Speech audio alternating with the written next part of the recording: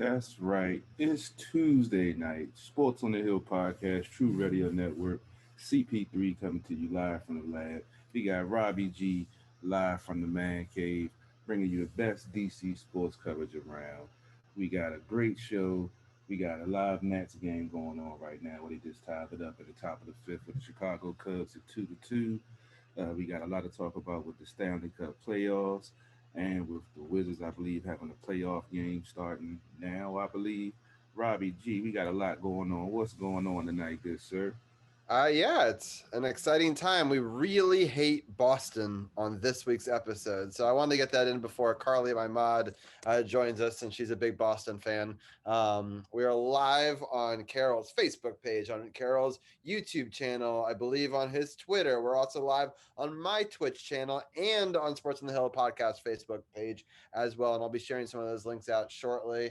Right now, Boston is winning 13-9 with 6:35 left in the first quarter. This is a play-in game, so it's a battle between the 7 and 8 seed, and the winner gets the 7 seed. The loser plays Indiana, who earlier tonight actually beat the Charlotte Hornets, who did the opposite of the Wizards this week. They started this week in 8th place and fell out of the playoffs. And the Wizards started the week in 10th place, and they've so far moved themselves up to 8th. And if they can win this game, would actually get the 7th seed. So exciting time for Wizards fans. We'll keep you updated on scores throughout the evening. Unfortunately, Boston just scored again, 15-9 now. We'll talk more about that in the second hour. We've got a ton of stuff to talk about with the Capitals in the first hour. Unfortunately, it's a split against Boston. We'll also talk about the last regular season game of the year, and we'll preview the rest of this Boston series. We have Anna, who will be joining us in just a few moments. With that, we also have a special guest, Tim Clark, will also be talking hockey with us. He's usually part of our NBA roundtable, but he's been a longtime Capitals fan and a friend of mine, and so we thought that we'd bring him in for some hockey talk as well. But Carol, I know you got to start things off a little Washington football team news, and why don't you let people know about that while I share things?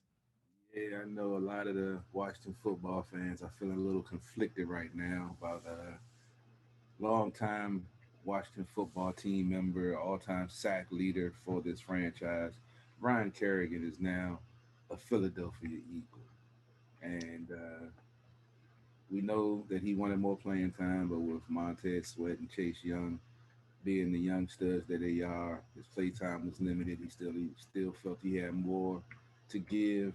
Even in the limited role last year, he still got 5.5 sacks. And unfortunately, Ryan Kerrigan is now a Philadelphia Eagle. They also had the rookie mini camp this past weekend. Uh, First round pick Jamin Davis was out there. Most of the roster was there from what I saw. 76 of the 90 players on the roster actually was in attendance to the workouts before the rookie mini camp. So you got full participation from this team. They're buying in. And also, you might have saw the breaking news that the Washington football team is allowing Morgan Moses to seek a trade. He's due $7.7 million this year, and he's had a lot of injury issues the last couple of seasons. Received a lot of false starts and holding calls, and a lot of fans have been wondering why he's still been on the team. But we see the team upgrading at every position, and look like Morgan Moses' time is most likely ended with the Washington football team. So got more football news coming soon. Like I said, training camps and rookie mini camps are underway now. It's going to be a very interesting season for this Washington football team with the first place schedule. I could go over that now. We'll wait for our football special later on. We got it posted on our page. You can go check it out on our Facebook page. Put the schedule up there. So yeah, can't wait for football season. But let's talk about this Stanley Cup playoff season and these NBA playoffs I'm going to be talking about in the second half of the show. Hopefully, the Wizards can get their act together and get this win tonight. Yeah, no, it should be pretty exciting stuff to talk about. Well, let's bring in Anna now and ask how she's doing, and then um, and then we'll get into some of these games. No Hey doubt. guys, What's going on, Anna? you know, it's a Tuesday. Right. It's a little weird. We usually talk to you on It Monday. is. It's a strange occurrence, but it's nice to talk to you on a Tuesday. Yes, it is. Um, I wish that we had held on to that second game. We kind of had it right there, but going into that game, I didn't think we were going to necessarily win it. Then I kind of thought, oh man, maybe I'm wrong in the last couple of minutes, and then it was proven to be right. I think these two teams are very closely matched. I think to I Absolutely. would have hoped for a 2-0 to go back to Boston, but to expect it would be a bit much. I think that they're a good And team. some What do you? observations from the game last night and that play that ended the game and the play early in the game from one player. And I'm not hating on him, but I'm gonna just point out a couple of mistakes that he made that led to goals for Boston. Yeah. Um, Yeah. yeah, there's definitely a lot to unpack. Let's go rewind to the last regular season game. We're just going to go through it quickly. So you're going to go through the score, and each of us give our quick takes on it, and then we'll get into the playoffs. But I Yeah. did want to say that we covered every game this season, and I would be ashamed to cover all but one. All but So the last. yeah, Yeah, exactly. it's Especially because it's Boston. So yeah. exactly. So going back to recap, we have no goals in the first. Second had Boston scoring first, followed by Haglund six at 16-15. And then jumping into the third period with Raffles fourth at 1957 in the third, assisted by Schultz. So I think as a fan, needed to see that Raffle goal. I think he was just as shocked as all of us watching it that it went in, and especially at 1957. But couldn't ask for a better guy to close out that last season game right there. That was fantastic. Yeah, Carol, what were some of your thoughts on this game? That goal was kind of crazy with 3 seconds left. The angle that he took it at, and the fact that it went top shelf and it was Yeah. beautifully aimed shot that no one expected to go in, and it did. So it was a good game, good way to end, like I said, the regular season and the precursor to the Stanley Cup playoffs and what we're going to see probably for this. I'm predicting going 7 games most likely. Yeah, I think this series is definitely going six or Oh seven yeah. as well. Yeah, I'm happy that they won it in regulation. We didn't need somebody to get injured or something bad to happen in overtime or a shootout or whatever. So that was great. One thing I thought was very strange, and I'll just mention very quickly, is we were basically playing their AHL team. They Yeah. somehow, and I don't know how they got cap compliant and were allowed to sit so many players and then be able to bring in all these guys. I know that once the playoffs start, you can do some of that stuff, but I thought that you still had to remain cap compliant. One other thing that's interesting that some teams are doing now that I thought I would bring up just because it's related is now you don't have to stay cap compliant once the playoffs have started. So Oh. some teams are just way over, and it's just interesting to see. Tampa Bay Lightning are a great example of that. I think they're like 13 million over or something right now. And so there's a loophole right now where you have to be cap compliant through the regular season, but you basically have unlimited space, unlimited roster in playoffs. And so you could hide some players down in your minor league affiliates and then bring them in the playoffs. And the Capitals are doing a little bit of this as well. They brought up 4 players from Hershey. Yeah. They did not travel with the team. And for anybody who's interested, some people were like, "Oh, some of these AHL players are going to get some time." No, they just wanted to get them up and getting reps on the main ice and see the players and get involved. So that way, if they have to go in late in the series, they have that Right. opportunity to do that. One piece of good news is that Kuzi and Sam both traveled with the team. They did not comment on Lars Eller ability to play in tomorrow's game, and they have not commented on Vitek Vanacek's ability to play in that game. But let's get into that first game of the playoffs, and we can talk about this goalie situation that we find ourselves in now. Just a little stressful, just a Yes. little bit. So Saturday was their first playoff game, and here we go. Tommy Wilson opens the scoring at 6:22 with a wrister assisted by Oshie and Sprong.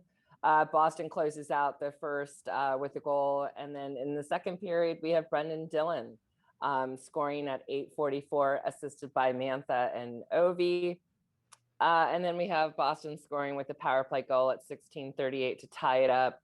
No goals in the third. And then we head into overtime where the magic of Nick Dowd with a tip in at 4:41, assisted by Oshie and Wilson. And then, of course, so we can praise excuse me, Nick Dowd, but really this is the time to praise Craig Anderson. What a badass. And I just appreciated his vibe from the beginning. He was, kind of that cool, calm, and collected, and exactly what they needed, and definitely had that vet vibe on the ice that I think the team was looking for after that Vanacek exit, which was awful. I think when we had to watch it in slow motion, it was like, yeah, that's gotta hurt. And I don't know. I thought this was a good game. I thought this is exactly what the Capitals also needed, especially at home with fans. Healthy roster, minus Kuzi, and then good going into the next game. But we knew that this series was going to be, like Carol said, go to 7. I wouldn't be surprised, because this is awesomely matched a playoff series between these two teams, even though we absolutely hate Boston at this moment. Yeah, especially the Rat. But Carol, what were some of your Oh thoughts God. on the first game, and then we'll get into the second game? Oh, it was definitely a good game, a playoff game. The Cowboys came out intense. They outplayed Boston for the first, I'm not gonna say the whole first period, but they definitely made Boston step up. Second period, Boston got more physical, got more engaged.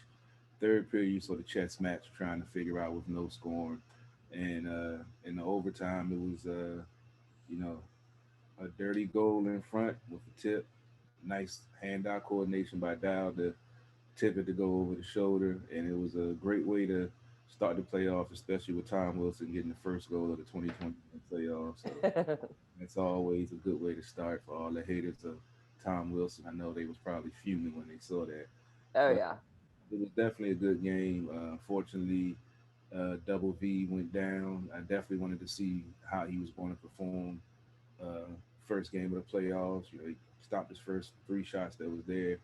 The goal was when he actually, they didn't disclose what it would look like, maybe pulled hamstring, something like that, trying to go from crease to one side of the crease to the neck. So it was unfortunate, but Craig Anderson, as I jokingly mentioned on the show before, saying, how ironic would it be that Craig Anderson would possibly get in goal and, get hot with his veteran presence and, take this team on a long run. And I think it's possible. Samsonov hasn't played in a while. Double V, not sure how long he's going to be out. Copley, I have never really been sold on Copley, so I'd rather ride with Anderson through it and see what happens. He hasn't really given up any bad goals. Rebound control has been a question, but you only play 4 games in the season. What you expect? Nobody's going to come in perfect after playing 4 games. Right. I'm First thing, so happy that he got to play in that last week of, or the week before when we were Mm-hmm. talking about it, because we even said at the time, I think that playing time could be huge and valuable, and just that confidence and get a Yep. win in that game was huge. I mean, he was able to stop 21 of 22 shots, and the one that dribbled through wasn't really his. I mean, it's kind of his fault, but not really. Just really great play down the stretch in this game. I thought Boston was playing phenomenal in this matchup, so to come away with a win, I thought was big. I mean, Yeah. as you already talked about, Tom Wilson, beautiful goal, that give and go with TJ Oshie, realizing the defender didn't have a stick, and if he did a give and go, he could get himself in position, but then roofed it. I mean, just shows how good his hands, we've talked about it many times on this show, that he's a really good goal scorer. Nick Dowd, again, a great deflection off of a TJ Oshie shot. Tom Wilson, again, setting him up. Tom had a Mm-hmm. great game. And then Brendan Dillon. So it's a lot of tips, but Anthony Mantha helped start that play. A great Yeah. pass to Ovechkin. Ovechkin then shot it, or it looked like it was going to be Ovechkin's goal for a little while, and then it was really Dillon's goal. But just great play all around. I'm happy that they scored quickly in overtime. I've been a big believer, when you're the home team, you want to score quickly because you don't want to give that road team some momentum into it. Unfortunately, the road team scored quickly on the next game. But overall, I mean, it was a really good win. I'm going to bring Tim in now because it was his birthday. And so it was a great birthday present for us all. Happy birthday, Tim. Oh, thank you. Cool. Happy birthday. And yeah, so that was a good birthday weekend. We got the Wizards getting some victories, and I know the Orioles got a win that weekend as well over the Yankees. And so, Tim, what were some of your thoughts on this first game against Boston?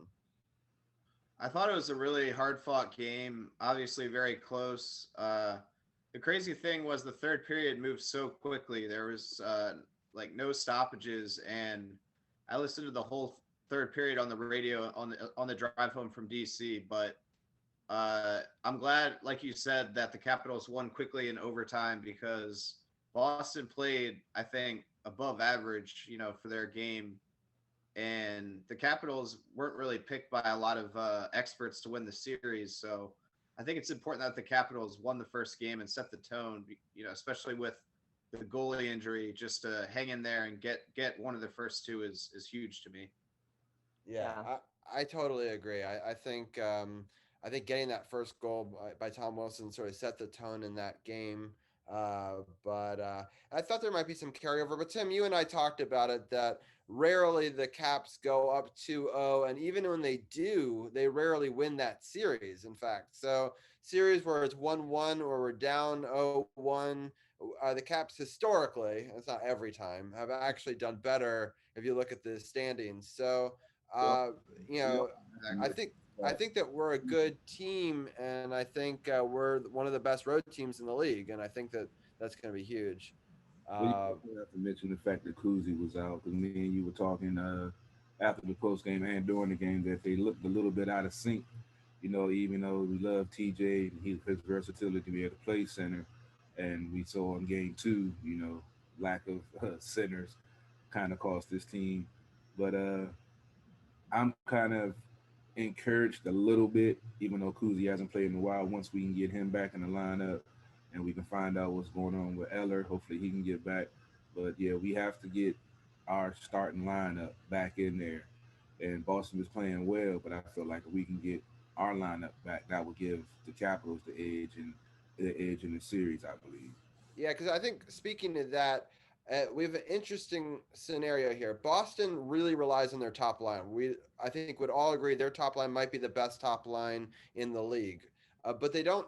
They have decent scoring throughout the rest of the lines, but it's not like blow you away with power. Where the Capitals are more spread out, I would say, across the top three lines in their scoring.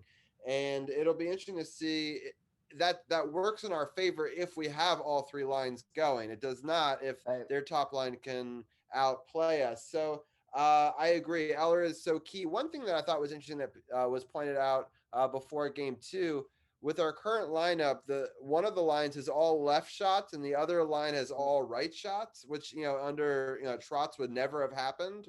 Right. And so it would be interesting if when they bring Kuzi back in, that it would bring some balance to that side of things.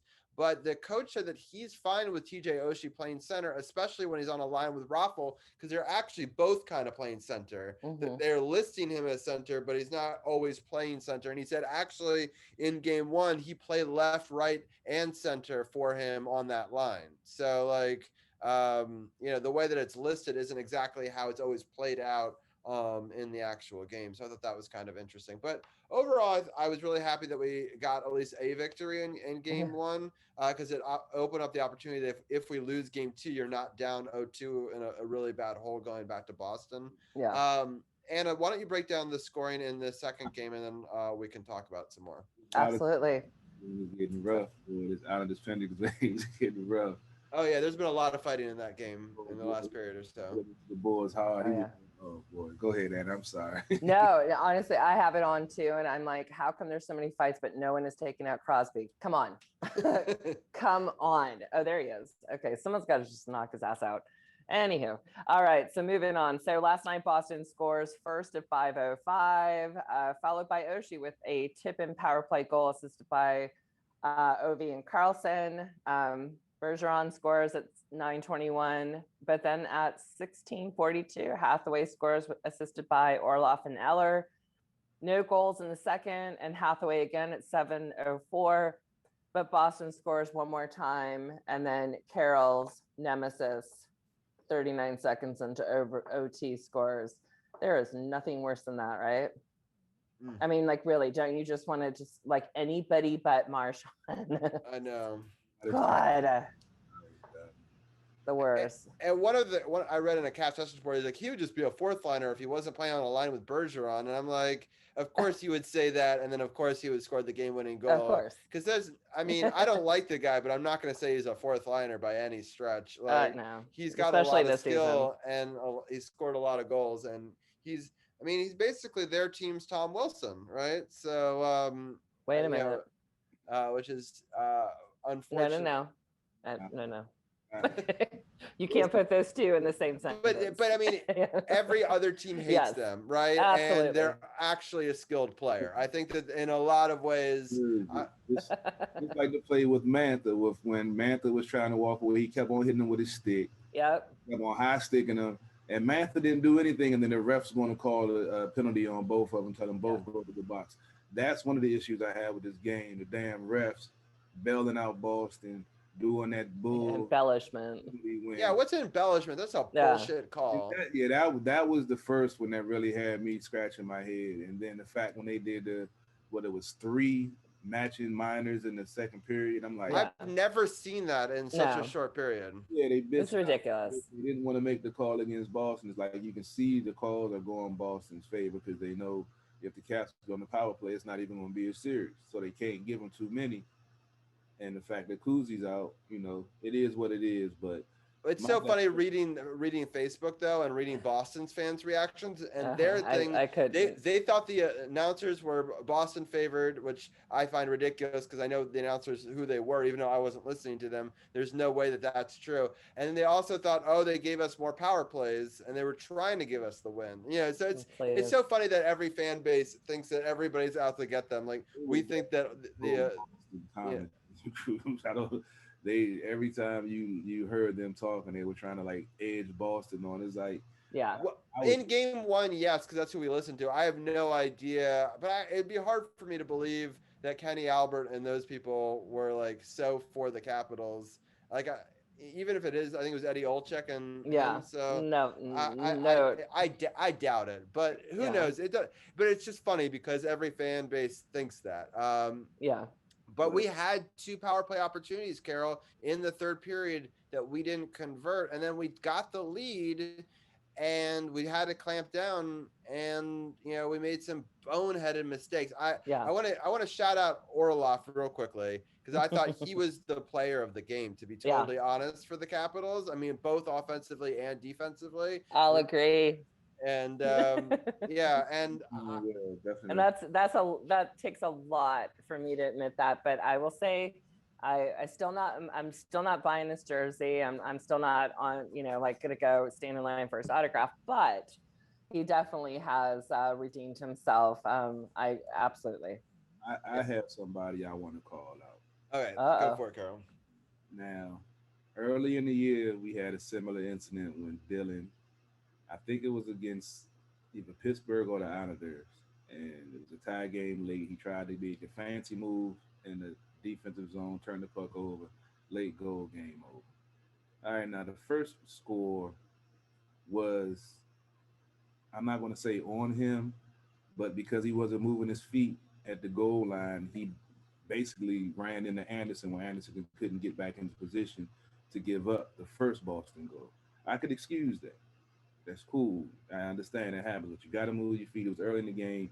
He was reaching with his stick and lazily tried to keep up with the man going behind, and he knocked Anderson off the crease.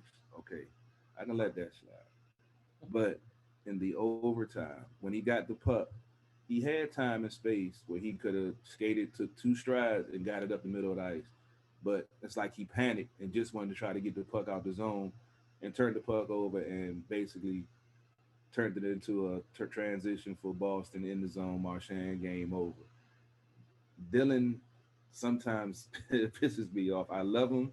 sometimes, but when he screws up, to me, he screws up big time. And I So, don't know if y'all peep so that. I definitely agree with you, Carol. So then the question is, do you go to Van Riemsdyk, or do you stick it out because Dylan's a more physical player? Now Van Riemsdyk has more speed. We're getting killed on speed right now. So maybe you go speed versus physicality because they're not getting baited into these fights. So I mean, Dylan's going to be a huge asset if you're trying to fight. Yeah. That might be a good move. Like you said, it matched some of their speed. Dylan, he's played well. He got his first playoff goal in the first game. His physicality is key. I do like that's one of the reasons I like him out there. He's hitting folks on the boards, and he can drop the gloves too.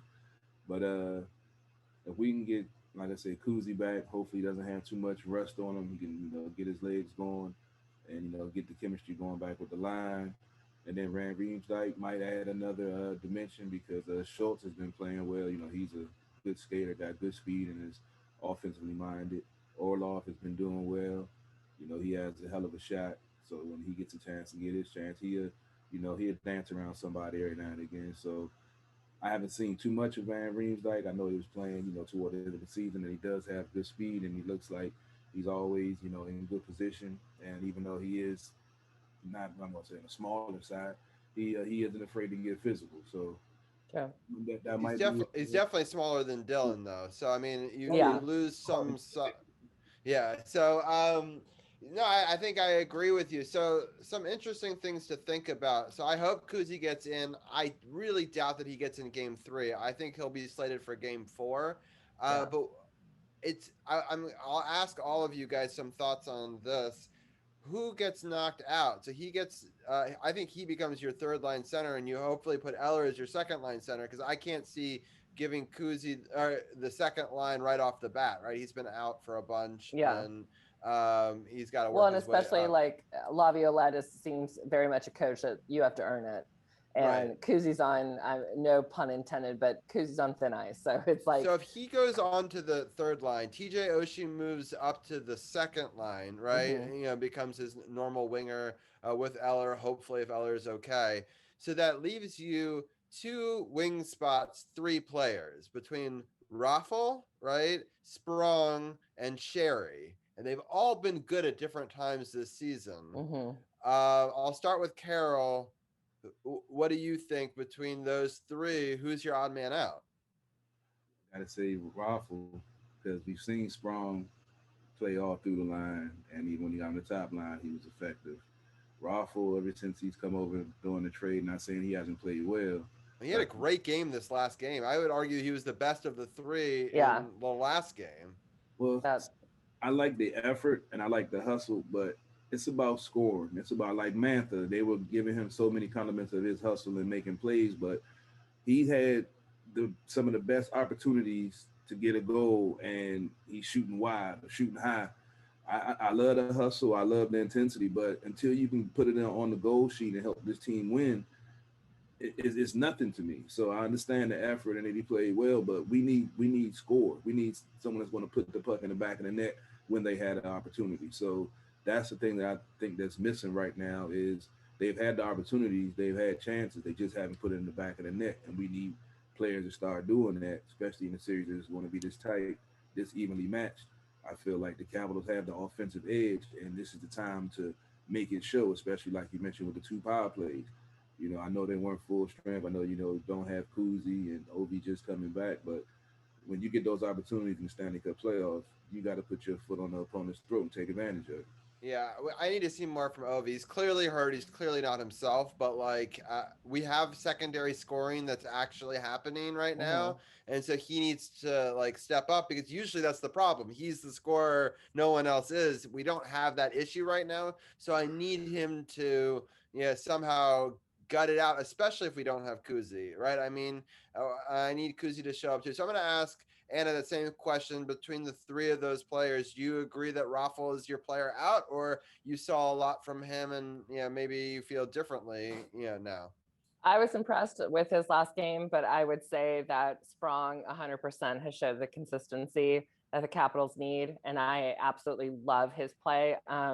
Sherry also, I mean, I know there was an injury and he was out for a little bit, but I think that the drive but it's just it is that C word. It's that consistency, and I think that why change it up now? And I think Ruffle is going to be definitely an added benefit to the Capitals roster, absolutely. But I think you stick with Sprong and Sherry. Yeah. So, quick little scoring update on the Wizards. Ish Smith hit a three. He's been playing well, and it brought it within one. And then he got a big defensive rebound, and we were able to make one of two free throws on the other end. It tied the game at 33. Boston just made two free throws themselves, makes it 35-33 with 6:45 left in the first half. Tim, same question. Do you agree that Raffle is your odd man out? Yeah, I agree. I like what Sprong's done, even though he's been a scratch for a lot of the year. He's been really dangerous in a lot of the games in the regular season, and I think he can give you a goal or two and be a bigger difference than Raffles. So I Yeah. would do that. But it's a good problem to have, and you can just see what it looks like for a game and switch it up. That's the good thing about the playoffs. Mhm. Exactly. Yeah. So we've got a bunch of black aces that we've got that we're bringing up from the AHL and from different scenarios. Um, let's talk about this goaltending situation. Obviously, uh, it, I'll talk with Tim first because Tim and I had this really funny. I was online on Facebook, and this guy posts, "Pull him" to Craig Anderson after the second goal, the one that he Yeah. had no chance. And I'm like, are you kidding me? Me, Just yeah. like he just won you game one. I understand that it wasn't, great that we're now, I guess at the time we were down 2-1 maybe. And So I was like, and then after he said pull him, and I gave him a lot of shit for saying it because I was like, "Are you kidding me? Like this is bullshit. Like you got to ride him for a little bit longer. Wait till at least the goal's on his shoulders." And I think he did like 40 saves in a row after he said pull him, right? So like he kept us in that game. I mean, yeah. it was just they were shooting so much. Uh, Tim, what are your thoughts on Craig Anderson? And then I'm gonna get Carol's thoughts as well. I mean, I think he's clearly the best option at this moment. It's not like he's the best goalie, in the league, but he has a ton of experience. He's been in playoff series against the Penguins that went to 7 games, and I think, like you said, those Ottawa teams were never great, but he kind of made them better. And they're very lucky to have him as like their fourth option, really, if you think about all the injuries that have happened this year. So, just you can't fault him for any of the goals that I've seen. He's not been like an A plus, but we the Caps could do worse. They can win with him, I think, at any game, really. Yeah, even I saw some people blaming the last goal on him, but no, I mean it's a giveaway and a snappy Yeah. shot. Like I don't even blame him. They're like if he was a younger goalie, he'd get across faster. And I was like, I don't think that that's right. But No. anyway, Carol, what are some of your thoughts on the goalie scenario? And at what point do you need to go back to Sammy? Because we're probably not getting V. Because I think you thought it's a hamstring. I'm scared it's a groin with how he went down. Well, it's And hyperextended. yeah. So Yeah. it's like that Either just way, it's not good. no. You've probably not seen him for a while. So, do you? I think you give Anderson at least one more game. But at what point do you go back to Sammy? First of all, the comment about if he was younger, he could have across. I don't understand how you can even engage with the conversation. They're getting as bad as watching football teams, man. Um, but I mean, like I said, I don't have a problem riding out Anderson. The last time he was, regular goalie, got to the Eastern Conference Final, double overtime, Game 7, to go to Stanley Cup, and lost to the Penguins. So he's shown that he still has it coming in cold, as I mentioned in the first game. Yeah, rebound control was an issue, but he's played 4 games on a NHL level this year. So nobody's going to be perfect in that instance. He played well, had a 91% save percentage, or 90, I think it was like 94. So I mean, I don't have no problem riding it out with him. Samsonov, he's been yeah, but the Nets just gave the lead up. They tied it back up to 3 and just gave it a 2-run home run. Will Smith, oh, yeah, we're gonna talk about him all baseball hour. I mean baseball segment after we finish up in hockey. But I have confidence in Anderson. He's played well. Like you said, the goals that he's given up, uh, the one to Taylor Hall at the tied up. I wish he could have corralled in that rebound, but there's a lot of traffic in front, bodies flying around. We haven't really talked about that. Actually, let's real quickly, Carol. I do you think that? I mean, I don't think you should have challenged personally because I think it's too close and it's not worth in a tie game giving up a potential power play. But what did you think in that situation? It was very close. Men falling in front of him. He didn't have opportunity to get back in position, but because the Capital player also was in the crease, so I think that it would have been too close to even try. Because then, like you say, they do give the goal, and then you still got to give a power play after, and it makes it, say if they do And we score. know Boston's so good at the power play too that you don't want to give them a power play to win it. Yeah, With I three. love the Caps PK. I just wish they scored more shorthanded because they have the Yeah. ability to just have to be able to do it. I feel like they have a good penalty kill unit, especially with Hagelin out there. I used to hate him when he was on the Rangers with his power play, with his penalty kill because he was always, he never get tired. His whole shift he be out there going 100%. But I really had confidence in the penalty kill unit. It's just I just think, how could you have possibly seen the puck through all those maze of players? Like usually, you're And supposed to, when yeah. it's like a pile up in front of the goal, you're supposed to blow the whistle when you can't see I've the seen puck. yeah, I've seen that happen also. But I mean, I just it's crazy, and it is a head hit. I mean, on Hmm. the replay, you see him come across, and again, it's too close. I agree with our coach not doing it. I'm not trying to throw the coach under the bus for not calling to try to get it reversed, but it's just like fuck, like at least win it like on a clean play. Like that pisses me Right. off. Like, and then you have that plus like Marchand. It's just like the worst combination. But Anna, real quickly, what are your thoughts on the goalie situation? Goalie situation. I am 100% behind supporting Craig Anderson. I think you have that experience, but I also think that the fans need to take into consideration that you rally behind the player that has stepped up, and he has. And he has the experience. I don't care his age. I'm older than he is, so I don't want to hear anything about the age stuff. But I think that he brings a calmness. He's been interviewed. He says he knows exactly what he needs to do. And I think that is, that's that calming that the Capitals need. Why not? And Sammy's young, and I think that he's made a lot of kind of careless errors outside of outside of the rink. That I think that being under a coach like Laviolette, he's going to have to prove his standing between the pipes and good, because I think he can take on the challenge. But I think that people need to get behind Craig Anderson and stop looking at the age and stop looking at all the other stuff and just support the come on, he's on our team, and just rally behind him, because I just think it's a great story, and I think he's fun to watch. Yeah, he turns 40 potentially on Saturday or something, right? yeah, or Friday or Saturday, something like that. Yeah. And Next Friday for yeah, sure. this Friday. Yeah, so could even play on his 40th birthday. So I mean, it's a great story. I do think you need more than one goalie in the playoffs, and Oh, I absolutely. think that he might be too old to be able to somebody to ride through 16 wins, but he might be able to get us to a situation where Sammy can come back a little bit healthier. I want to thank everyone for tuning in on our Facebook live feed. Lots of comments. Randall said 57 needs to be on the ice, period. Plus, where are we with Kempney? Kempney's been practicing with the team. Kempney has not played for the Capitals, I believe, this entire season, Yep. but he's another one of those players that's playing and practicing. Well, he had Uh,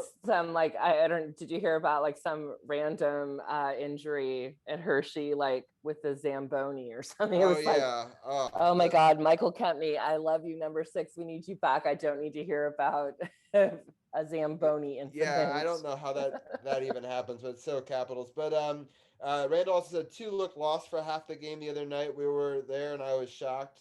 Also, Lori is saying that you can't get goals if we're constantly playing defense, and I agree. And she said that you also need to have somebody on Hall, and a lot of their players were Yeah. pushing the tempo and forcing us on our heels on defense.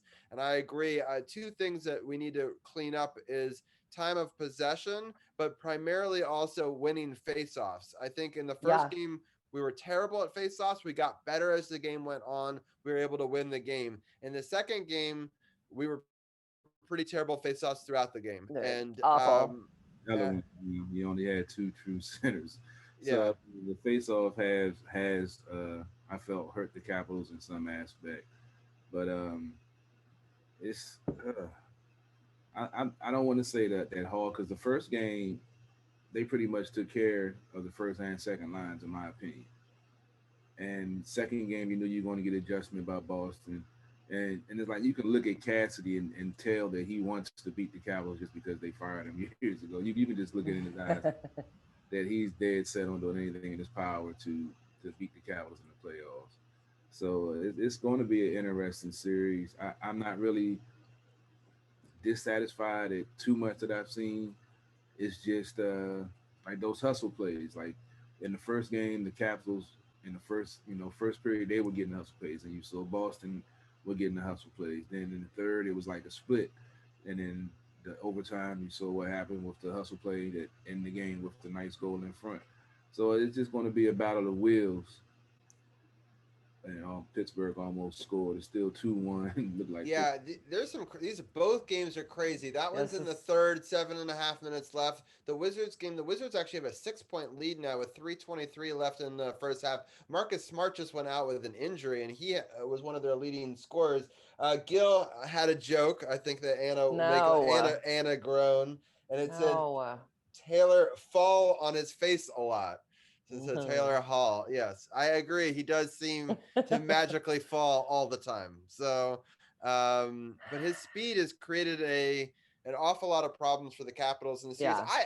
I still think it's ridiculous that he goes through Buffalo and then Buffalo gives him to Boston, like one of their like biggest rivals, and basically they're like, we're out of the playoffs, so like the rest of the league can deal with this problem. I'm like, Yeah.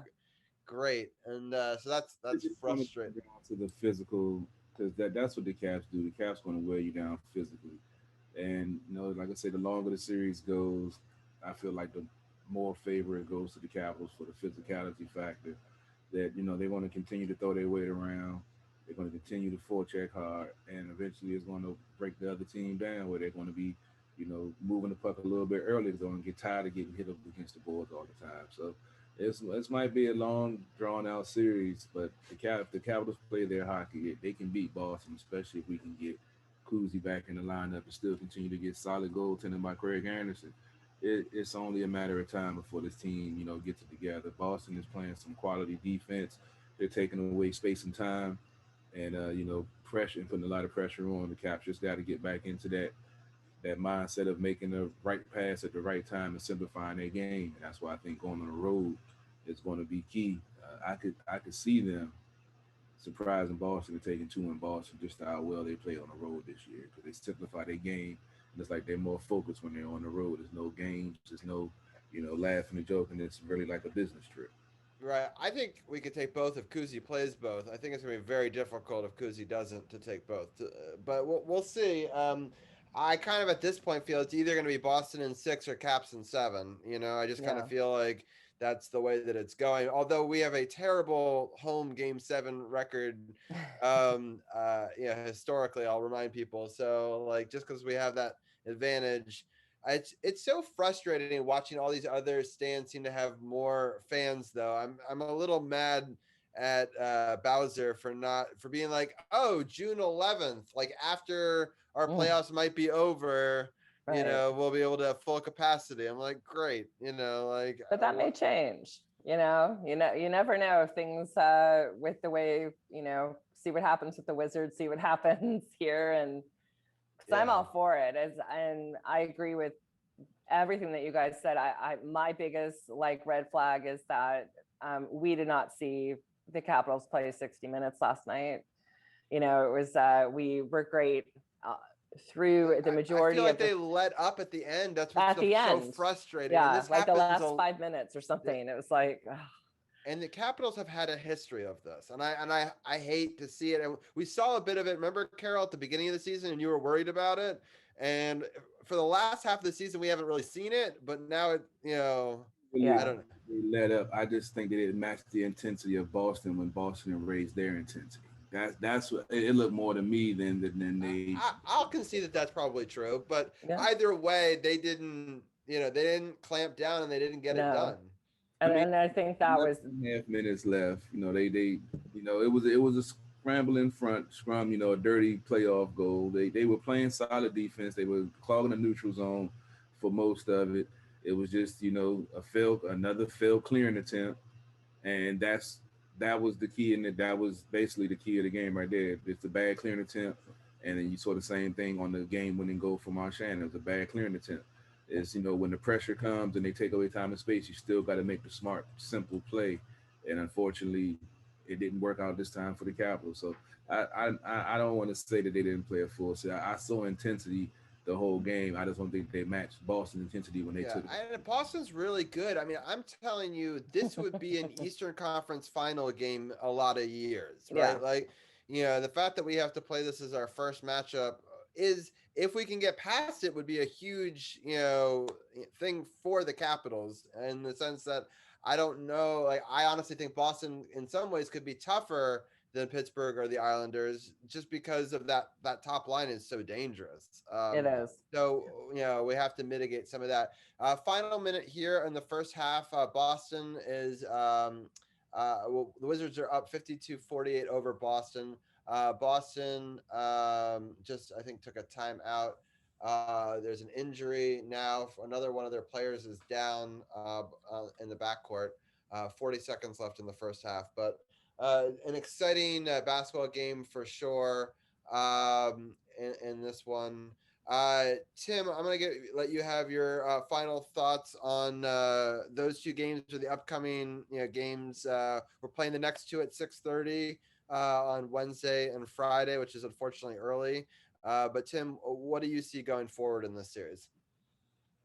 I think it's going to be a long series and more overtime games because the Caps always do that pretty much, and the teams are really even. But I do think it's going to be Caps in seven if I had to choose.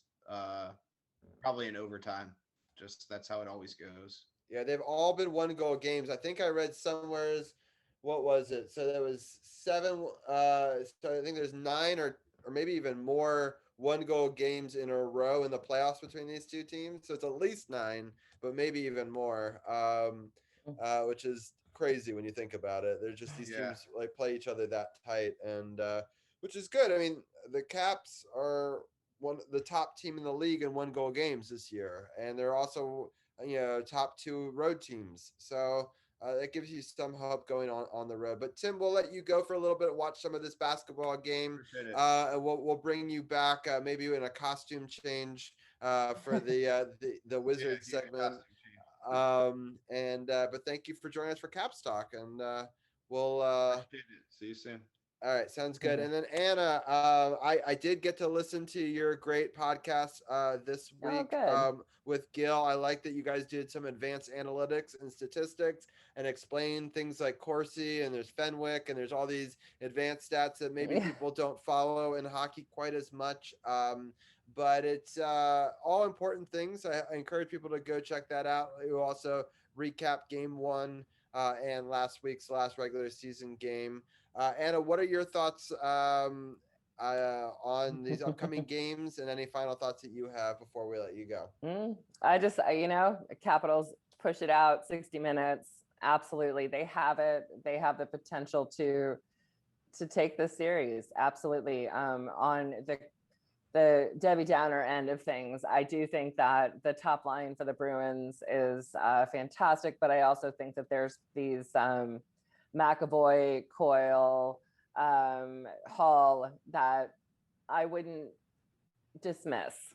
McAvoy is an incredibly physical player, and he's going to go after anybody. And Coyle's been good, so it's just you have these players, but I kind of love this matchup, to be honest.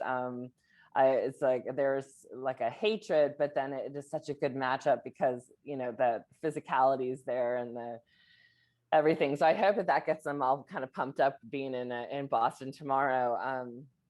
Yeah, I think it's great, but I do think it is truly going to come down to 60 minutes. Like, they cannot give up, because I do feel like last night they played 55, and then we were so close. So but we'll see. I mean, and I do think that they do well there because the fans can taunt and everything else, and I think it's going to get them a little bit riled up. Maybe we'll see. Maybe it'll get Craig Anderson, a shutout or something. That'd be. Craig Anderson, I think one thing that's overlooked is when he played with Ottawa, he played Boston a ton, right? They were in the same division. So he's probably seen them more often than any of our other goalies, right? Probably. And more playoff experience too. Randall Jennings said he really enjoyed this. He'll be back next time, and I hope he does. I really appreciate everyone for commenting live and being a part of Caps Talk. And hopefully, next there would be a game on Wednesday, a game on Friday, and a game on Sunday, and then I think a Tuesday is how it's spread out. We don't know the times, I believe, for anything past Friday yet.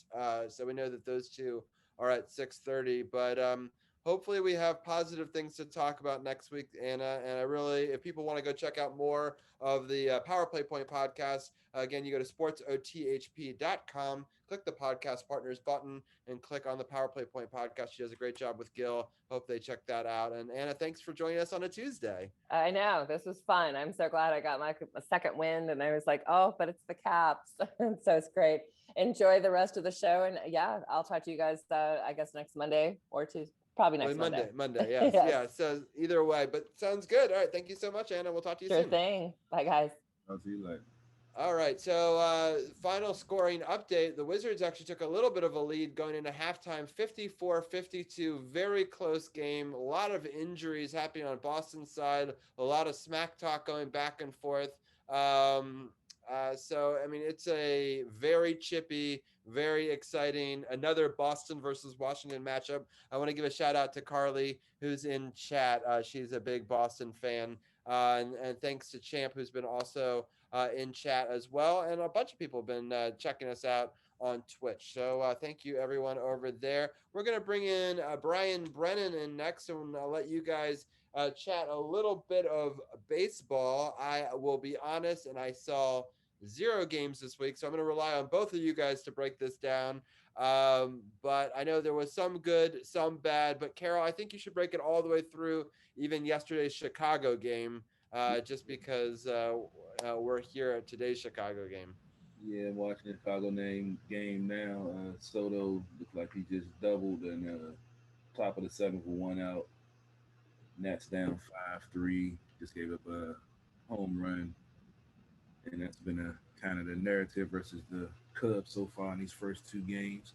But going back to the week that was, the Nats are currently sitting 16-21, 5 games under 500, only 4 games out of first. They went 3-3 last week. They were able to salvage the week after losing the first 2 out of 3 to Philly, and they took 2 out of 3 versus the Diamondbacks. Got to give a shout out to Trey Turner. 10 home runs already, most for any shortstop in the National League. He has more home runs than stolen bases. Who would have thought that would happen? He has 10 home runs and 7 stolen bases this season so far. But you can't steal when you always hitting home runs. And you know he's the all-time lead-off home run hitter for the Nats franchise. So he just keeps adding to that number. But let's get into the week that was. As I mentioned, we had 3 games versus Philly, lost 2 out of 3. First game was a 6-2 loss. Chase Anderson got the win for the Phillies. He went 5 innings, giving up 3 hits, 2 earned runs with 5 strikeouts and 1 walk. Eric Fetty took the loss. He went 5 innings, giving up 5 hits, 3 earned runs with 4 strikeouts and 3 walks. Trey Turner went 3 for 4 with a solo home run. And Kyle Schwarber went 1 for 3 with the RBI single. Game 2 was a 5-2 loss in extra innings. And my not favorite closer, Brad Hand. He's my favorite. I know he is, Brian. You probably got a poster him on your wall and everything. Yes, big president of the Brad Hand fan club over here. Man, I still don't understand that, but we're definitely gonna have a discussion after we break this series down about the closer situation. Jose Alvarado got the win for the Phillies. He went 1 inning, giving up 1 hit, no runs with 1 strikeout. And as we just mentioned, Brad Hand took the loss, going 1 inning, giving up 2 hits, 3 runs, 2 of those earned with 3 strikeouts and no walks. And Hector Morris gained his seventh save, going one inning, giving up no hits, no runs with one strikeout. Um, can't read my handwriting right there. Lavilla went 1 for 4 with the RBI triple. Elliott and Sterling Castro went 4 for 5 with the RBI single. I believe he was on a 14 game hitting streak. And the last game of the series, and that's whatever to avoid the sweep. And Patrick Corbin, they won the game 5-1. Patrick Corbin got the victory. His best outing of the season, going 7 innings, giving up 5 hits, one earned run with 9 strikeouts and no walks. And that's been one of his issues at the start of the season, been his walks and his control. So he definitely had his control and going 7 innings and only giving up one earned run because the long ball has been his issue also. And Zach Effen took the loss. He went 6 innings, giving up 7 hits, 5 earned runs, 9 strikeouts, and one walk. Kyle Schwarber went 2 for 4 with the 2 run home run. Josh Bell went 1 for 3 with a 2 run home run, and Castro went 2 for 3 with an RBI double. Um, like I said, they were able to salvage one game out of this three. And Brian, get your observation on this series. And I want to know, you said Brad Hand is one of the top closers, in the American League or whatever, but I have more confidence in Daniel Hudson closing than I do with Brad Hand. So, how did you think about this? What did you think about this series, and who would you consider a better closer between Brad Hand and Daniel Hudson? I Hudson because I mean, it's tough to say honestly because you brought in Brad Hand for all this money, and he really, like you said, he has not been good since he's come to the National. He's really struggled he struggled against the Yankees in that series, and then he blows the game on Wednesday against the Phillies. He hasn't been good, and it does make you wonder if they will go back to Hudson because Hudson has been good this season, and he's a familiar face. He was on the 2019 team. He's been here for a while. He was the guy who got the last out of the World Series. So I understand why fans want to go back to Hudson for sure. Like I understand that perspective, but I have a feeling they're probably going to stick with Hand, unfortunately, because they paid all this money for him. They did spend a lot of money on Brad Hand. He was one of the top free agent relievers out there this offseason. So they did spend a lot of money on him. So I think they are going to ultimately stick with him for now, at least in the closer position. He did close out the game on Sunday in the Diamondbacks series as well. But yeah, I understand where your frustration is coming from. You paid all this money for Brad Hand, and he's quite frankly sucked over the last couple of weeks. So yeah, I understand the frustration, and I understand where you're coming from, wanting to go back to Hudson. I mean, I think they should have stuck with Doolittle than Hudson, man. And they was killing. Yeah, I missed Dude, man. Dude didn't even sign with another team, I don't think. Where is he? He's in Cincinnati. Okay, good for him. Good for him. I never understood that move. I love Doolittle, man. I love everything about him. Character, the way he play on the mound, just everything about him, man. I never understood that move. And like you say, spend all the money on Brad Hand. I didn't even know. Don't remember the contract they gave him, but the fact that he's blown saves and to me stamped up the place, and Hudson is still even in the setup role. He's still out there doing the damn thing. I don't understand it, but like I said, Mike Rizzo, normally he's I don't have an issue with most of his moves, but right now, yeah, I'm definitely scratching my head on this one. The next series was against the Diamondbacks, which we said should be there if the Nationals did have a bad series against the Phillies, they would have hopefully a bounce back against the Diamondbacks, and they definitely did. In the first game, they took 2 out of 3 in the first game. The Nats put up 17 runs. They won 17-2. Mad Max earned the victory, going 3-2. Went 5 innings, giving up 2 hits, no earned runs with 7 strikeouts and 1 walk. Riley Smith took the loss. He went 3 innings, giving up 8 hits. 8 earned runs with no strikeouts and 2 walks. Trey Turner went 2 for 5 with a solo home run and a 2-run RBI double. Kyle Schwarber went 3 for 4 with a solo home run, an RBI single. Josh Bell went 2 for 5 with an RBI single and a 2-run RBI double. The Nats put up 6 runs in the first and just kept adding on. This is what we know this team can do. I'm not saying putting up 17 every night, but you know, they hit for the cycle as a team, and by the second inning. So you got power, you got speed, you got contact hitters. You just got to get it all together. And unfortunately, since Soto's been back off the injured list, uh, he's hitting, I believe, 213. So he hasn't gotten back in his groove. He had some, pitching issues. John Lester hasn't looked too well, which I'm about to get into the game with him. Strasburg's still on the injured list. So yeah, this team has potential, but got to get healthy and got to start executing when it's time to. The second game was an 11-4 loss. Uh, what's his name? Alex Young. He earned the victory, going 1/3, giving them no hits, no runs with a strikeout. Joe Ross took the loss, going 4 innings, giving up 8 hits, 8 earned runs, 5 strikeouts, and 2 walks. Um, Yeah, Joe Ross, he's been good, but then when he's been bad, he's been bad. Yeah, the one game he gave up 10 earned runs, I believe, in 4 innings, and then Wills kind of fell off in this one a little early. But yeah, got to get him locked in because when he was killing it, yeah, he was looking real good out there. Juan Soto went 2 for 4 with 2 RBI singles. Trey went 2 for 4 with an RBI, and Robles, I got to mention him because he got a RBI single. They have been batting him ninth and having the pitcher hitting the eighth spot, which I felt is always better for him to hit lower in the lineup. I didn't never agree with them putting him in the leadoff spot. Now you see Trey, killing it since he's been back in the leadoff spot. But it's good to see Robles to finally get some contact and get his second RBI of the season. Because like I said, his patience at the plate has been really frustrating to me because he's had some been in some key spots in certain games that he didn't come through because of his lack of patience at the plate. And the last game of the series, the Nats were able to win the series with the shutout, 3-0. Um, Fetty got the victory, going 7 innings, giving up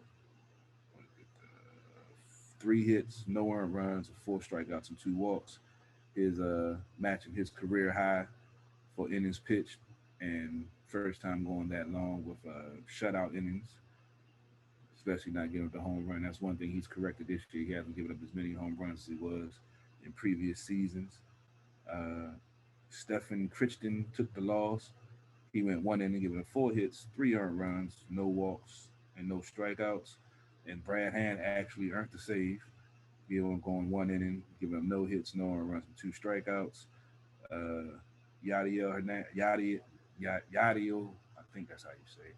Hernandez came in, what was it, bottom of the eighth, I believe, with a pinch hit home run to make it 1-0. And Trey Turner got an RBI double to add to it, and Schwarber got a RBI single to get the 3 runs for the Nats. And they were able to keep Arizona off the board in the week up 3-3 and win this series, which they desperately needed, still being 5 games under, well, at that time, 4 games under 500. Brian, did you get a chance? I know you saw the score of the first game. Yeah. Message me trying to figure out how in the hell they got 17, but did you get a chance to check out any of this series, and what did you think about this win of the series by the Nats? I actually I got to see a little bit of the Sunday game towards the end. Actually, when I started watching the Sunday game, they scored 3 runs, so you're welcome. This is a good bounce back series. They're much better than the Diamondbacks, and I think they kind of made a statement by scoring those 6 runs in the first inning of the first game and never looking back, scoring 17 runs. The second game was definitely sucked to get blown out like that. But they bounced back strong in that Sunday game. Get 7 really good innings from Fetty, and you get the home run from Yadiel Hernandez, who, I mean, we talked about it a couple weeks ago while Soto was on the IL. He is a good player in his own right. He's not as good as Juan Soto, but he's a pretty good player. And he had a big moment in this one. This was, like I said, you're a better team than Arizona. So this is a good bounce back win after a tough series against the Phillies. You will take this out west. Definitely. And we have a 4-game series with Chicago, and then a 3-game set with the O's back at Nats Park. First game of the Chicago series was yesterday, so it was a bad day for DC sports fans with the Nats taking the loss and the Caps taking the loss. The Nats lost 7-3 due to the long ball. John Lester couldn't keep the ball in the yard. I'm gonna try to pronounce this guy's name for Chicago. Alzole, I think is his Dude, last name. I don't even know this one, man. I looked at it and I was like, I'm not even gonna try. I was gonna go to you. I figured I you. don't even know, man. Don't even know with this one. Well, he earned the victory, going 5 innings, giving up 5 hits, 3 earned runs with 3 strikeouts. John Lester took the loss. Went 5 1/3, giving up 8 hits, 5 earned runs with 4 strikeouts. Trey Turner went 1 for 3 with a solo home run. That was his 10th of the season. And Kyle Schwarber, in his return to Wrigley Field, went 1 for 3 with a 2-run home run that at that point had tied the game up. But unfortunately, Chicago, you know, found a way to win. Jason Hayward has John Lester's number. Yeah, I think he's hitting like 460 career against them. And yeah, he was a problem yesterday. The Nats got back in the game, but couldn't muster any more offense. And unfortunately, the bullpen couldn't keep them off the board. And Chicago won the first game of the series. And right now, they're still leading 5-3, I believe, going into the 7th or the 8th. I have to wait till the commercial ends. But Brian, what do you think about this Chicago series that the Nats are in? Do you think they can earn a split, or even possibly win, come back and win and make 3 out of 4 against this team? Well, it's never over. I can't count them out of this game yet, but I just want to comment. One, you mentioned Schwarber's return to Wrigley Field, but I thought it was also interesting on Monday. It was also John Lester's return to Wrigley Field after he spent several years with the Cubs, won a World Series ring with them. And also, he was going up against David Ross, who's now the manager of the Cubs. He used to be John Lester's personal catcher. So it was a reunion of sorts. I thought that was interesting and unfortunate for Lester that he took the loss last night in that game. Had to have meant a lot to him and to Schwarber as well, returning to Wrigley Field. As far as the rest of the series goes, yeah, I can't count them out of tonight's game yet. They can definitely still come back. There's still time, but they can get a split. I'd say they're about even with the Cubs right now. The Central's kind of the same as the East. Nobody's really run away with it. So both of these teams will eventually have chances to make into the playoffs, I think. But tough. It's been a tough first 2 games, but I won't count them out of the rest of this game, and I won't count them out of getting the split in Chicago. Yeah. Well, this was a 7:40 start. Tomorrow is a 7:40 start, and Thursday is a 2:20 start. Then they have 3 games versus the Baltimore Orioles. Friday a 7:05 start, Saturday a 4:05 start, and Sunday a 1:05 start. Now, Brian being our AL East guy, I checked out the Orioles. I don't know what they're really done. I know I've seen them win some games and surprise in some aspects. But what the O's doing, and what do you think the Nats and the O's series will look like? I actually think this is going to be a pretty interesting series. I was actually at Camden Yards on Sunday. I saw the Orioles play the Yankees, and they won. It's actually the second time I've seen the Orioles beat the Yankees in person this year, so that sucks. But other than, they're a good. They've got some talented guys like Cedric Mullins, their center fielder. I'm really impressed by. Trey Mancini's coming back from the cancer. He's a nice story. Austin Hayes as well. They've also got. I don't know if he's going to be pitching against the Nationals in this series. I would think he's going to. They have John Means, who is one of the most underrated pitchers in baseball. He's already thrown a no-hitter this season. So I've seen the Orioles a lot. They're not a very good team. Sorry, Tim. They're not a very good team. But they do have some talented guys. And, anytime you get to the Battle of the Beltway, it's always a lot of fun, even though a lot of people around here seem to think it's okay to root for both teams. I don't agree with that. But I think it'll be fun. I think this will be a good series at Nats Park between the Nats and the O's. Go Orioles. Robbie, just stop, man. Just stop. I will. No. I will never root against the Orioles. I'm sorry, unless they're playing the Nats. I'll root for the Nats over the Orioles. But other than that, no. So this weekend you will be rooting for the Nats. You're saying, right? Yes, correct. Okay. They're good. But it's hard because I grew up being an Orioles fan. Like my whole entire life, my dad took me to Orioles games, right? So so what am I supposed to do? Just suddenly be like, oh, I hate them now arbitrarily because I like a team in a completely different division. I know, but the Nats are here. Yeah, And Rob. I will root for the Nats. I'm not rooting for the Nats. I'm just not rooting for the Orioles too. I told Yeah, you all right. why I turned on Baltimore was when I listened to Baltimore talk radio and how bad they talked about the Washington football team when they were in their heyday. And when I heard all the hate that they had for the Washington football team, my love for the Orioles turned to automatic hate just because they were associated with Baltimore. So for me, it wasn't that hard because I heard some of the things they had to say. I never heard any of that and No. never experienced any of that. So like I have like zero. I can't relate to that No, thought. I mean, I there- understand there's a why you lot of feel that people way, who but are like I you, don't. Robbie. Yeah, I don't feel that They way. got a football team. They were very salty about our football team. But it's just funny because Carol, you and I met on a forum that I designed to join Baltimore and Washington sports fans into a single group, and Yeah, then you posted your. I was writing. I was doing my I journalism. know you were pushing your stuff and you pushed it on my thing. That's fine, but I just think it's funny that you and I met on a forum that was supposed to try to find love between Baltimore and Washington, and that group still I exists was as a Beltway huge Sports. Orioles fan. I was Brady Anderson, Mike Devereaux, Kyle Ripken. Yeah, I was there. I was at Camden Yards too. So yeah, I was a diehard. And when I heard the way they talked about my beloved football team, I was heartbroken. It scarred me, Rob. It sounds like it. It sounds awful. You sound devastated, Carol. Devastated. So that's fair. And I am pretty removed. I mean, I was an Orioles fan. I went to college in Philly. I became a Phillies fan. I moved back here. I became a Nationals fan. But the reality is I cannot be a Phillies fan. We are all in agreement of that. But the Yes. Orioles still are like, they play each other so irregularly. Like they play a couple of series a year, but like it's not like the Mets and Yankees where like two teams are trying to fight for turf, right? And it's different in New York, I'll say, because I'm so I don't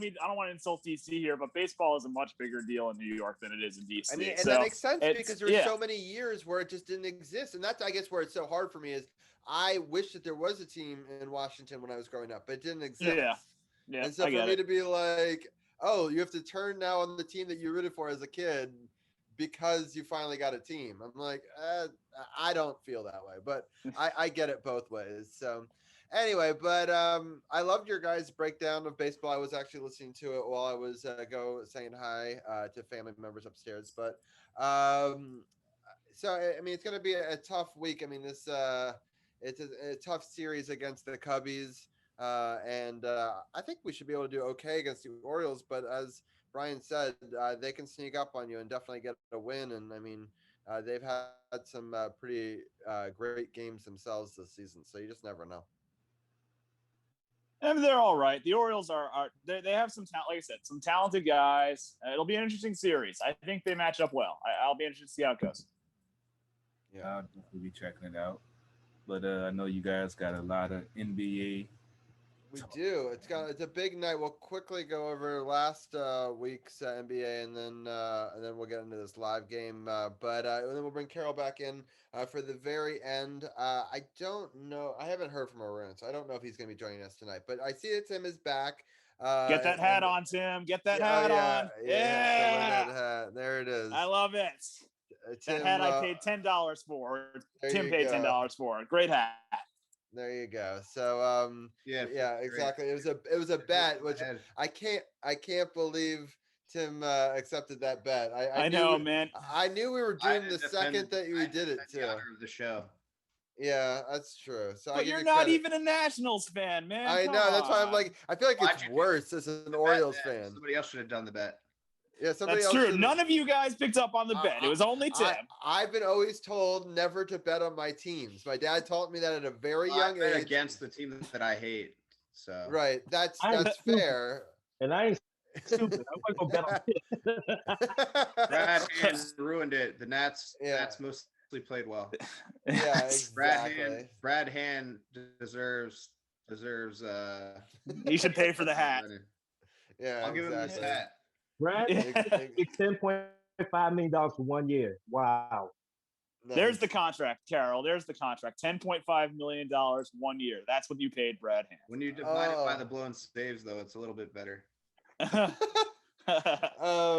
Yeah, so that's pretty bad. So all right, let's get into the our NBA talk real fast. I'm gonna share the screen here. We're gonna quickly go over last week's games. Let me switch back over here and there.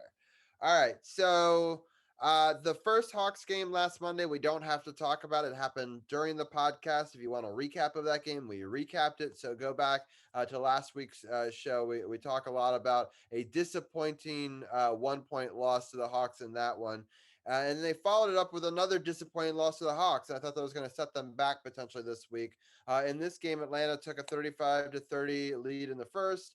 The Wizards came back and outscored them 29-21 in the second. In the third quarter, the Wizards outscored them 32-27, but unfortunately, they fell apart in the end. And Atlanta scored 37 points, and the Wizards only scored 25, and the Hawks beat them 120-116. I'm going to go through the basic scoring on all of them, all these games, and I'm going to let each one of you guys break down one game of your choice, and then we can get into this live game. As just a way to do it a little bit faster, because I really want to talk about this game as it's happening. The next game was the game that we had to win. It was a game where they would celebrate triple double from the previous game with Russell Westbrook, breaking the record, and then he would get another triple double in this game. The Wizards outscored Cleveland 31. Cleveland outscored them 33-31 in the first. It wasn't a great start for the Wizards, but the Wizards outscored them 27-23 in the second. And then in the third, they really put together a good quarter, outscored them 33-20. And then in the fourth quarter, it was even scoring at 29 points. We were a 120-105 win, but a big win, especially the fact that they didn't have Bradley Beal. Then in the last game, thank you, Brian, and your New York Knicks for beating the Hornets. You are welcome. And then thank you to the Lakers also for winning their game against Indiana. And that set it up where if the Wizards win, they would actually get the 8 seed and play in this play-in game against Boston here that we are seeing live. And it did not start well. The Hornets outscored them 36-22 in the first quarter, and I was pretty frustrated because I was like, oh, we've set ourselves up for this great success, and this is how we start the game. But the Wizards just stormed back and scored 30 points in the second quarter, outscored them 30-20. Then the Hornets put together a good third quarter, outscored them 34-27. But the Wizards put together one of the best fourth quarters that I've seen all season from them. Put up 36 points, held the Hornets to only 20, and beat them by 5 points, 115 to 110. I thought it was great that Bradley Beal was able to return in this game and get 25 points. Russell Westbrook got another triple-double in this one. But this was huge. We moved this week. We talked about it last week. This was the goal of the week, to move from 10th seed to the 8th seed. So that way, if you were to lose tonight's game, you still have a second opportunity, where Charlotte actually lost that game against Indiana today and are out of the whole thing. So they went from 8th seed all the way to out of the whole thing in just 1 week. So the Wizards and Hornets had opposite weeks, I would say. So that sets us up for the live game today. I'm going to let each one of the three of you guys break down one game of your choice. I'm going to start off with Brian. Which game do you want to talk about? I'll start with that Hawks game. I thought it was a really good game. I mean, this was every game the Wizards have played has really been fun over the last couple of weeks, and this game was really no different. I thought they were going to win the game even with no Bradley Beal. I wasn't in love with the lineup towards the end of this game though. They played Len and Ish Smith mostly. And left Gafford on the bench. I would not. It's not what I would have done. I saw some people. I was actually going through the Wizards Reddit page after this game, and there were a lot of criticisms of Scott Brooks after this one. But yeah, a tough loss, a frustrating loss. I believe Westbrook had another triple double in this game as well, or maybe no, he just came just short. I think actually of triple double in this game. This was a tough loss. I know some Wizards fans were definitely a little worried after this one. Yeah, they might miss out on the play-in altogether, but they came through with the big win against Cleveland in the next game. Yeah, sounds good. Tim, which game do you want to talk about? I'll talk about the Cleveland game because I actually watched the whole thing.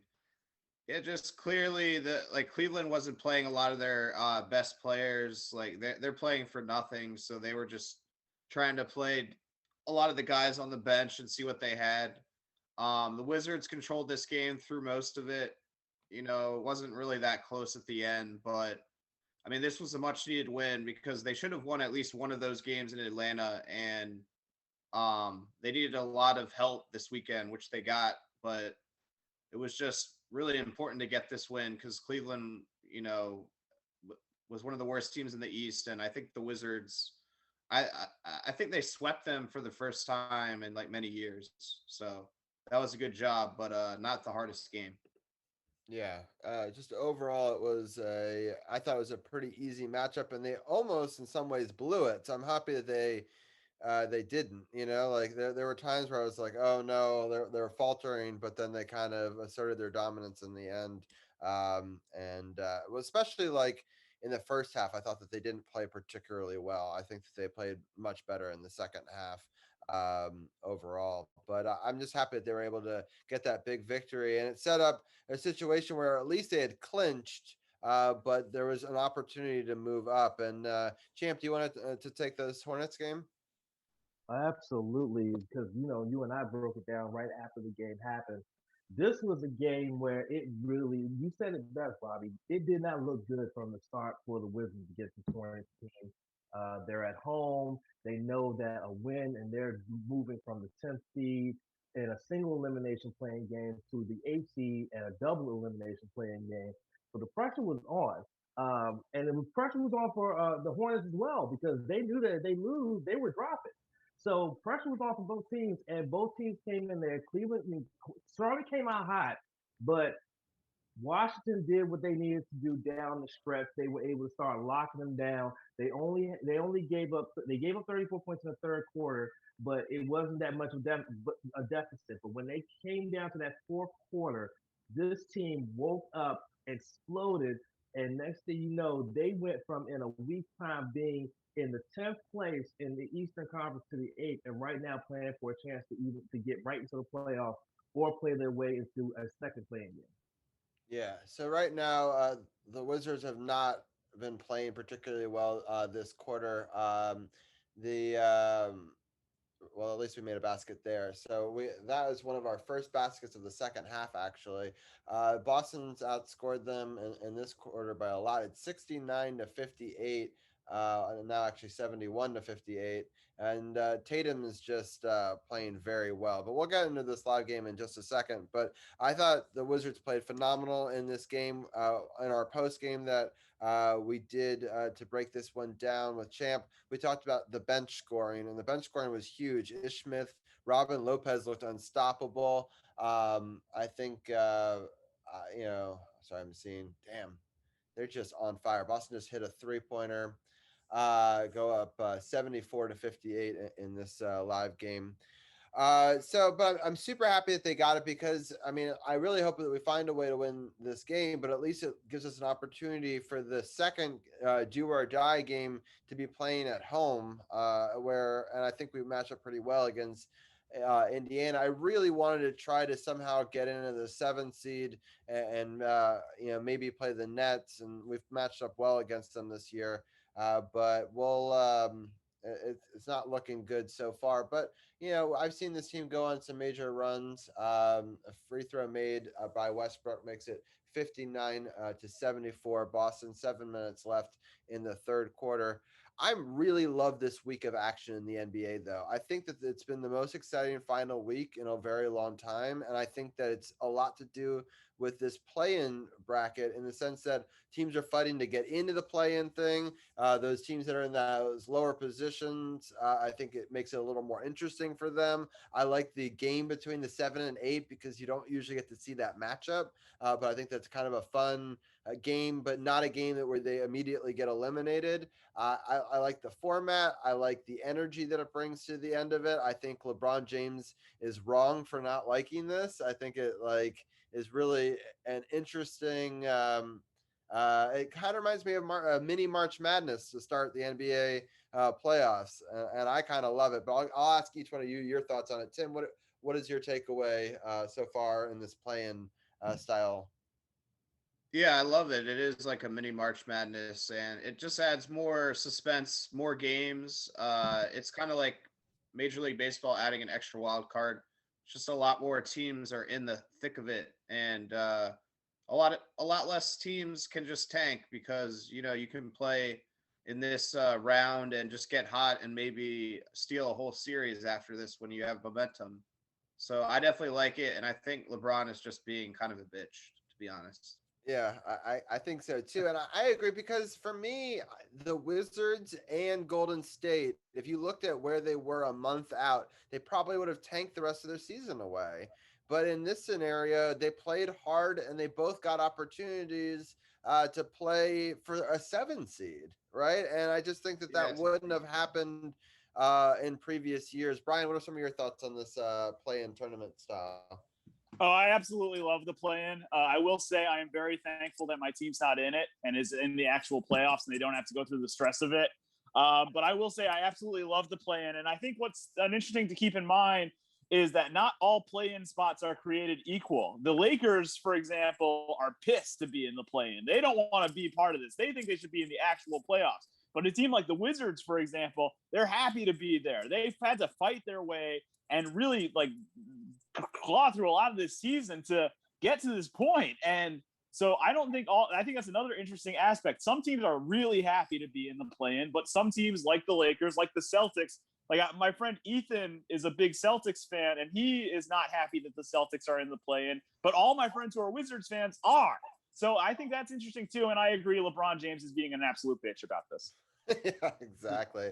Champ, what are your thoughts about this new style?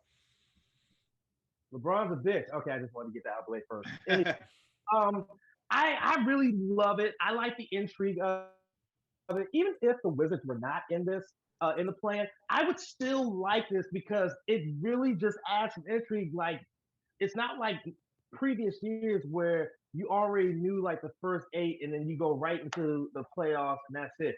At least now you get to see what team has gotten hot at the right time, but they can keep it going in this play-in tournament style. I think it's really, really good. And I mean, the Wizards, God help them, April 7th, they were nowhere near sniffing the playoffs. And then they went 17-6, and now they sit here trying to make a comeback against Boston in this game. But because of the fact that they have to play a tournament, they have the opportunity to still make the main playoffs, even with the poor play that they have had throughout most of the season. So I'm a big fan of it. I hope they keep this around for a little while because I think it'll add a lot of intrigue to the playoffs moving forward. I think this is the biggest thing that they've been able to find to counter tanking, right? I mean, tanking's been a bit of an issue in the NBA for almost the last decade. And so far, of all the things I've seen, this has worked the best this year. And if you lose, you're still in the draft lottery. If you lose in the play-in, Exactly. you're So in if the draft lottery. yeah, so if we lose this game and unfortunately lose the Indiana one, yes, we won't get into the playoffs, but we still get a pretty decent draft pick, and we still got this experience, right? Which Yeah. is in my mind invaluable. And a month ago, we didn't even think we were even going to sniff this. So like it's definitely interesting to watch. The Wizards have been on a little bit teeny run here. They made it 68-76 now. 43 left in the third quarter. A good move and a kick out for three, and they drain it, unfortunately. So that makes it now 79-68 Boston.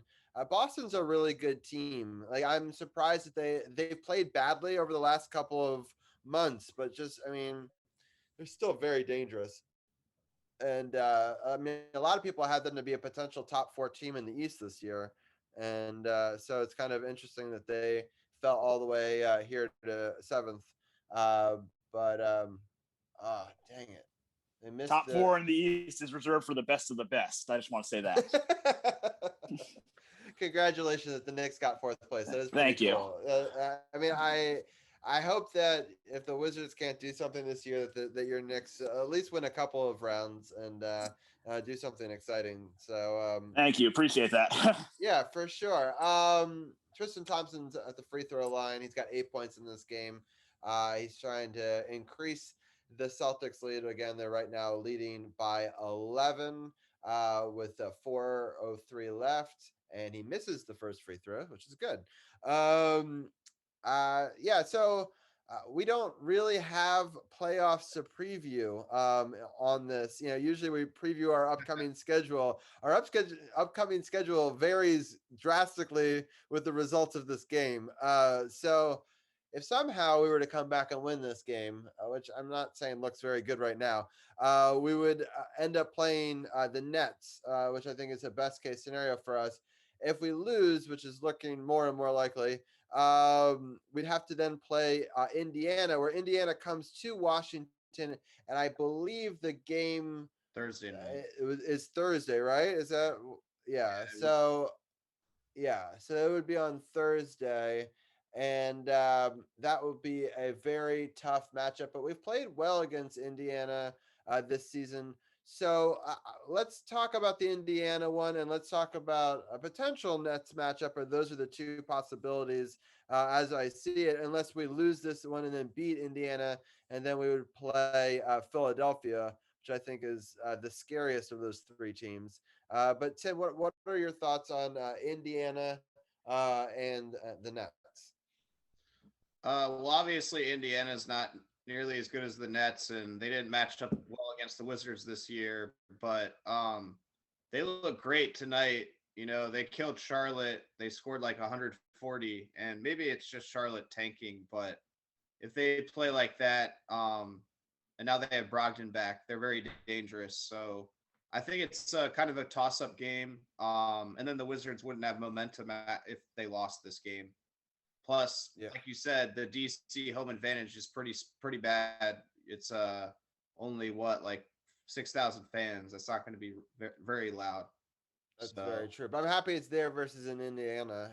So because a week ago we thought that's what we were going to have to play in tonight's game against Indiana, and maybe getting smoked. So I'm happy that was Charlotte, and arguably we had a tougher game in this play-in tournament than they did against Charlotte. So I wonder, yes, they got a win, and so that's good momentum, but maybe playing a tougher team will be good. Be a good test for the Wizards. It's such an interesting format to see how it may turn out.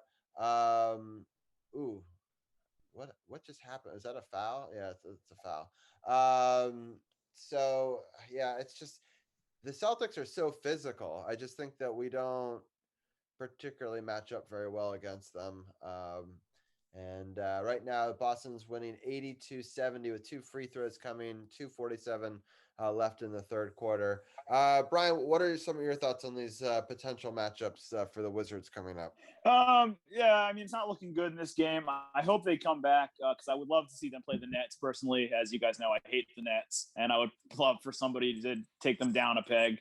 But it doesn't look good in this game. But the Indiana game, if it does come to that, it's going to be tough. I do think being in DC will be an advantage, even with the minimal crowd. The fact that, Indiana, I guess they're traveling back from Boston for this game. But either way, I think the Celtics game will make them. This is a tougher matchup. Even with Jaylen Brown out for the Celtics, this is a tougher matchup than what Indiana had to go through with the Hornets. Tim's right. The Hornets were absolutely tanking in this game tonight. So wow. Okay, sorry. What happens? So Bertans gets hit in the throat, goes down, but we have possession of the ball, so they're not calling it. And we pass it around until we get a damn, he's down. And we got a 3-pointer off of it, which is crazy. Basically, we played 4 on 5 and got a wide open look for a 3, which I don't even know how that happened. But I'm happy that he drained it because but I guess it's the right call for the officials to not say anything. I think he poked in the eye, maybe. I don't know what happened. He's still down. He looks like he's still crouched over from it a little bit, but hopefully he's okay. There's been a lot of injuries in this game. There were a couple to the Celtics in the first half. It's been a physical game. You're right. The Celtics are a really physical team, man, and it shows in this game.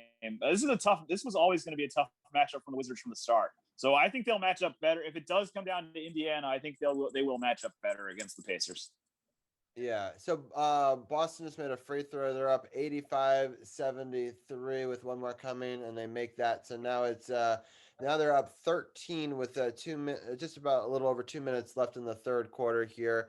Champ, what are some of your thoughts on these upcoming potential matchups? Well, I mean, looking at this game, one thing I've always noticed about Boston over the years is that they are dangerous from beyond the arc, and that's why they're doing so well tonight. But when you look at the Indiana matchup, I gotta agree with the sentiments of the fellas that they match up very well, somewhat well with the Pacers. I think they can beat the Pacers if it comes down to it. But I'm hoping that they can come back in this game. We don't have to deal with that, but then we have to deal with the Brooklyn Nets, who of course, have a very, very, very talented roster, talented lineup. So that'll be a very tough one to deal with. Or we end up losing this one and beat Indiana and face a Philly, which is going to be a task and a half to deal with Philly. But I think that this Wizards team, based on how they started the season to get this far, this is great, and this is a great stepping stone for what could be a great season to come for this team. But upcoming right now, it's an interesting look. Garrison Matthews just hit a three after a couple of good defensive plays by the Wizards. But God, they go to the hoop so strong and they just keep on getting fouled because they're physical play. So more free throws coming for Boston here, but the Wizards have now cut it. Well, they had cut it to 78-86, but two free throws coming. But it's going to be a close game and it's going to be a great fourth quarter. So we're about to wrap this up so that way we can all go watch the fourth quarter. And then we'll obviously recap this game and whatever the next playoff game is, and then potentially even more. And we may even cut in and do a post game video at some point, especially if we were able to win either tonight or maybe even a future game. So stay tuned on our Facebook Live for some of that stuff. But I'll let each one of you guys give your final thoughts, and I'll let you guys go, and then I'll bring Carol back in to end the show. Tim, any final takeaways from this game or anything upcoming or anything else you wanted to mention before we let you go? No, just go Wizards. I think they'll at least make it close in the fourth quarter, and I'm just glad I don't have to wear this hat anymore. You are free to do whatever you want with that hat now that you've worn it. Burn it, wipe your ass with it. I don't care, man. Yeah. That's funny. I feel like you should right. just give it back to Brian. I feel like he would at least not burn it. I have a Yankee hat. I'm good. Yeah, I'm good. He maxed out at one Yankee hat. All right. Yeah. That's fair. All right. Well, Tim, thank you. Happy belated birthday now again, and I'm happy that we got some big wins this weekend for you. Hopefully, we'll get a couple of more big wins this upcoming week in the hockey and in basketball. Definitely. Oh, is that an offensive foul? Damn it, that sucks. Um, but thank you for coming on the show, and we'll talk to you soon. See ya. Bye. All right, champ. We just stupidly took an offensive foul, and we were it was a 10-point game. 8 seconds left here. Let me just count it down real quick. And 5 seconds. 3, 2. Steal by the Wizards at the buzzer, and he throws it up, but it's no good. 10-point game, end of the third quarter. Boston's up 90-80. We'll see how this goes. But champ, let people know what's happening on the No Spots podcast this week. Yes.